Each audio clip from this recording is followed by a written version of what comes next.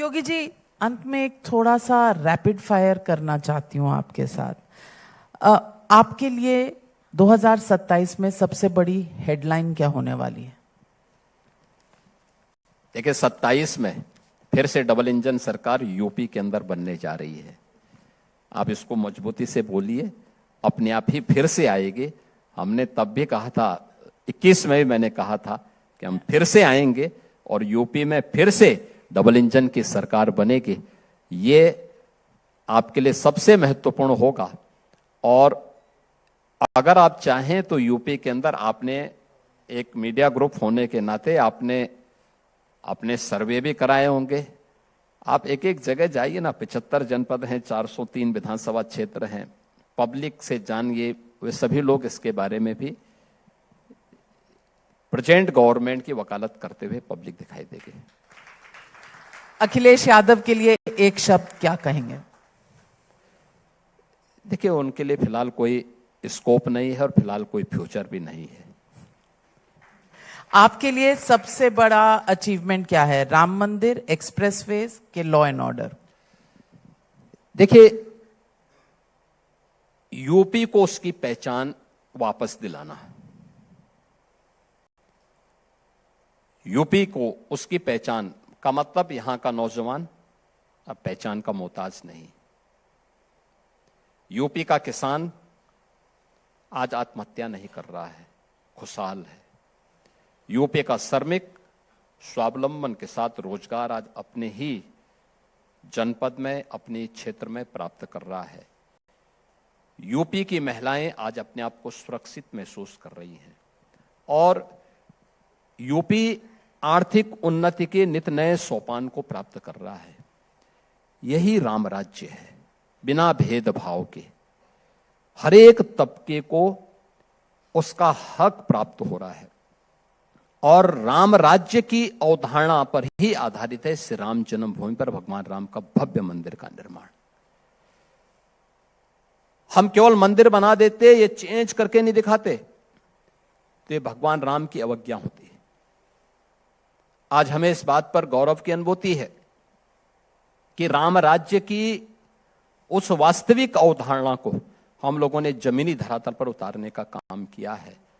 और ये double engine सरकार की ताकत है, जिसने जो कहा वह करके दिखाया है, आगे भी जो कहेंगे वो करके दिखाएंगे। राम मंदिर से राम राज्य तक का आपने सफर बता दिया। ये आजकल बुलडोजर से ब्रह्मोस की भी बहुत चर्चा है, ये कौन सा रिश्ता है?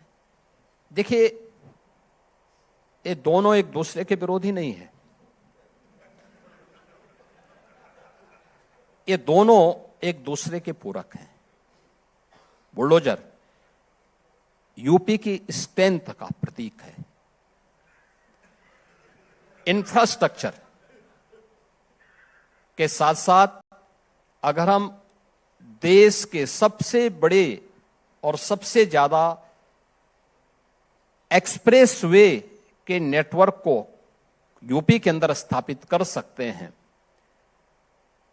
तो वह बुलडोजर एक माफिया प्रवृत्ति को भी उसी प्रकार से कुचल सकती है जिसकी अपेक्षा उत्तर प्रदेश की जनता कर रही थी, और यूपी ने वह करके दिखाया है। तो वह यूपी की स्ट्रेंथ का प्रतीक है। तो ब्रह्मोस जैसे सेक्टर में भी आज बड़े निवेश यूपी के अंदर स्थापित हो रहे हैं। यह भारत की सामरिक शक्ति का प्रतीक है। यह भारत की सामरिक शक्ति कि अगर किसी ने भारत को आंख दिखाया, भारत की आन बान और शान पर गुस्ताखी करने का प्रयास किया, तो दुश्मन को उसी के ठिकाने पर जाकर के मारेंगे और ऐसी मार मारेंगे कि वह चिल्लाता हुआ दिखाई देगा।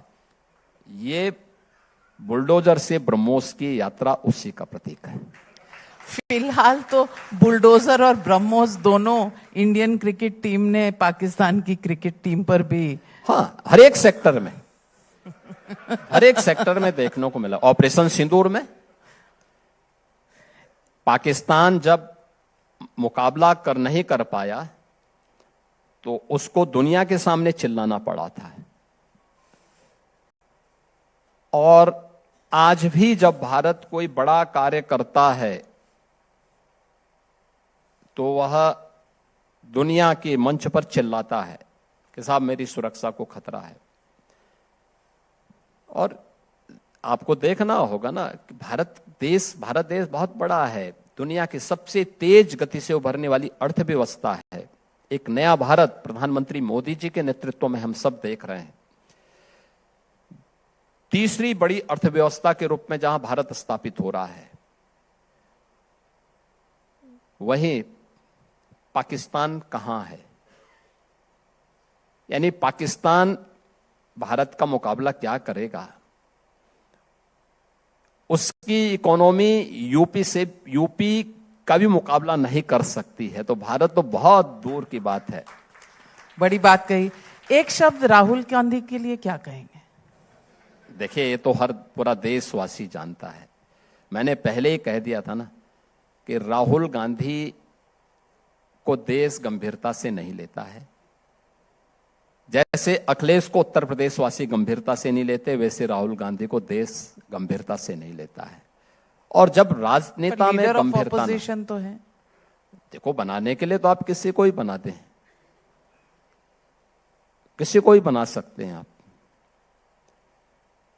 कांग्रेस पार्टी को यह अधिकार है कि किसको वह लीडर ऑफ ऑपोजिशन बनाए, ये उनका अपना अधिकार है।